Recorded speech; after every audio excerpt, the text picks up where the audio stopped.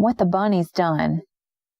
But instead of the fluttering of the wings of God's messenger, I hear Abe snap, impatient-like, "You aren't falling asleep on me, are you?" I feel a big weight in my lap and open my eyes to stare down on a pair of giant bolt cutters that he'd slapped down there. "Come on," he says, "we gotta move." At that, he swings out of the van and kind of crouching, he moves forward. I imagine like what the figures he's seen the commandos do in the movies. But really, it was more like scuttling, like an armadillo with an itchy butt.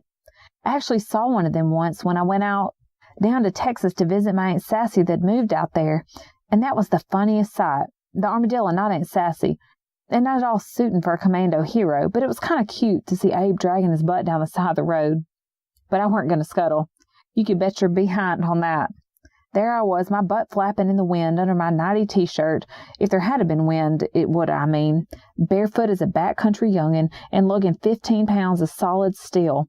I weren't going to sacrifice any more of my dignity by pretending I was no secret agent. Anyway, Abe, he crawls up to this old gate that's got a chain around it thick as my wrist, which ain't big as far as wrists go, but for a chain, that's pretty damn chunky.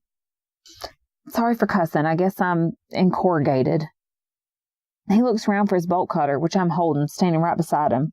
You can't scuttle all that fast if you're playing Battlefield, so it's pretty easy to keep up with him. "Get down," he hisses between his teeth.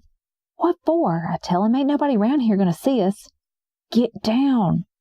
There's only so much foolishness a girl will put up with, even from a guy that's just gone and abducted her from her grandma's house. "You want your bolt cutters or not?" I told him. "Give 'em to me," he says, like he was going to ignore how I was spoiling his play pretend. So he sets to work snapping the lock that held the chain. It was pretty big itself, but nowhere near as big as a chain. He tried muscling it with his wrists and then put his whole arms into it. When that didn't work, he got it so he was bringing the whole strength of his shoulders, and I could see the muscles bulge under his shirt. And then I said, "Let me help." He was going to laugh, but I saw he was too polite to laugh in my face, and I say, "I'll hold it against the fence here, and you throw your whole body weight into it." See, I figured that way he could put his legs and back into the haft. Well, I braced myself in the fence and cradled the one handle of the bolt cutters to my tummy. "You okay?" he asks. He was cute being so concerned about me as we was breaking into the compound. "Yeah," I told him, "come on." So he braces like he's pushing a truck up a steep hill, and I couldn't tell whether metal was given or if the handle was just pushing deeper into my gut, but sudden like it snaps, and he lunges forward into me and kind of leans there against me for a second, and I can feel him against me through my t-shirt. I ain't never felt nothing like it. That's funny, ain't it, the things you remember? All I've been through, and that's what sticks out in my mind. Abe near pressing the wind out of me that first time. It was all I could do to breathe out the words. "I think we done it," I says. We slipped through the gate and scooted up the driveway till we could cut across the grass toward the big old plantation house that was set back from the road. I was glad that he was running, glad that we had something to do, because my head was swimming. It was like I was drunk or something, though I ain't never been drunk before, just from what I heard. But if it's anything like being on that twirly-gig thingy they got over at Six Flags, that's what I felt like. I felt like I was drifting over that grass. Felt like I was flying like Peter Pan in that old movie, or E.T. and the kids flying over the moon. Felt like the top of my head was lifting off. We come to this side window.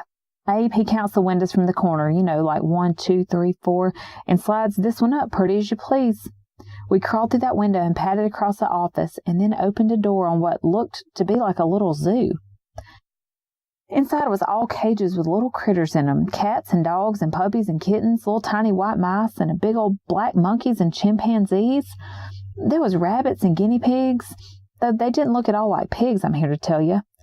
Even an armadillo and a bobcat. For anybody who thinks setting a bunch of wild and semi-wild animals free is the easy thing to do, I've got news for them. It ain't no walk by the riverside. The rabbits didn't want to leave their little rabbit pellets. The armadillo rolled up into a ball. The bobcat scattered like a cat out of hell and immediately holed up in a metal file cabinet, and Abe nearly lost his hand and half his face when he tried to get it out. We tried to shush all the animals out the door, but the dogs set to barking at us like we was intruding on their territory instead of setting them free. We finally had to hook Abe's belt around their necks and tug them out.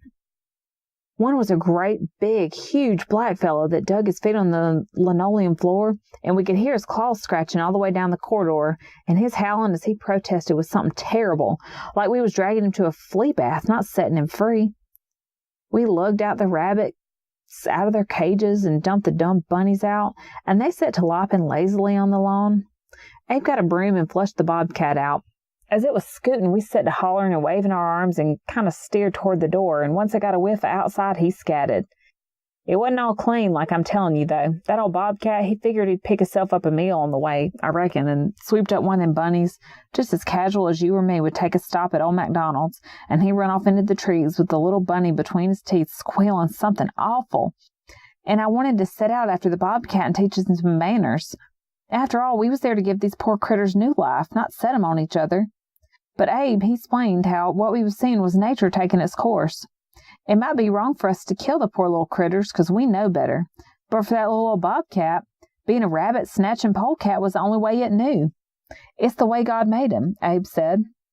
And then, like he was apologizing for saying the N-word, he added real quick, if you believe in God, that is. So it was like Jesus on the cross, forgive him, Lord. They don't know no better nohow. About this time, the state trooper came rolling up to the front gate and parked there. He didn't come directly in. I guess he was waiting to see if anybody was still about. I guess he figured he didn't know if we had guns or rifles or something, and he weren't no fool. He didn't want no trouble, where he didn't have to have none. So he just sat there in his trooper car, shining the light through the iron gate bars at the plantation house, giving us enough warning that he was there and it was time to clear out, which we did. We climbed out the back window the same way we come in and hightailed it across the yard to the back gate where we come in. We was flying. I ain't never felt nothing like it, not before and not after. We ran as fast as we could, hardly stopping for the tiny hole in the gate, but flew through like a couple blackbirds. Out of the night, the ground was cutting up my feet, rocks and sticks, and the brush was whipping my skin under my t-shirt, till I bled, but I didn't care. I was flying. Couldn't have been flying no higher. Flying and giggling something crazy. We kind of got turned around on our way back and found ourselves doubling back, and in the confusion come on some hunter's deer blind.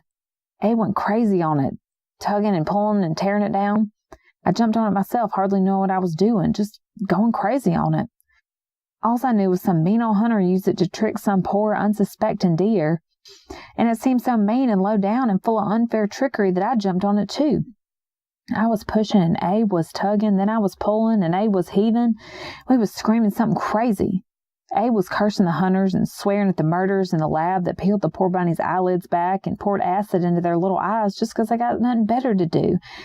And we got that old deer blind rocking back and forth, and I climbed up on it like I was on top of the tallest tree swaying in the wind, and finally it come toppling down and me in Abe's arms. That's when I lay on top of him and felt him under me, and what happened after, that seemed like the most natural thing in the world, and it was, I guess, in a way. After all them bunnies we let free done it at one time or the other. He kissed me, and the funny thing was, I started to cry. It startled me and scared him too. He pulled back, but I kept a hold of him, and I wouldn't let go. The funny thing is that I wasn't afraid. Well, in a way I was, but not of him. You're going to think I'm really a bad girl when I tell you this, but I was crying because I wanted him so bad. And I don't mean wanted him like in a romantic way, flowers and hearts, but wanted him, if you know what I mean. Wanted him to touch me, kiss me, wanted to feel his skin against mine, wanted his hands all over me, wanted to suck his breath from his lips, and wanted him inside me, wanted me inside him. Wanted him so much it scared me, and I started to cry. It was like I was drowning in these feelings. The waters were rising over my head, and at first it felt like I was suffocating.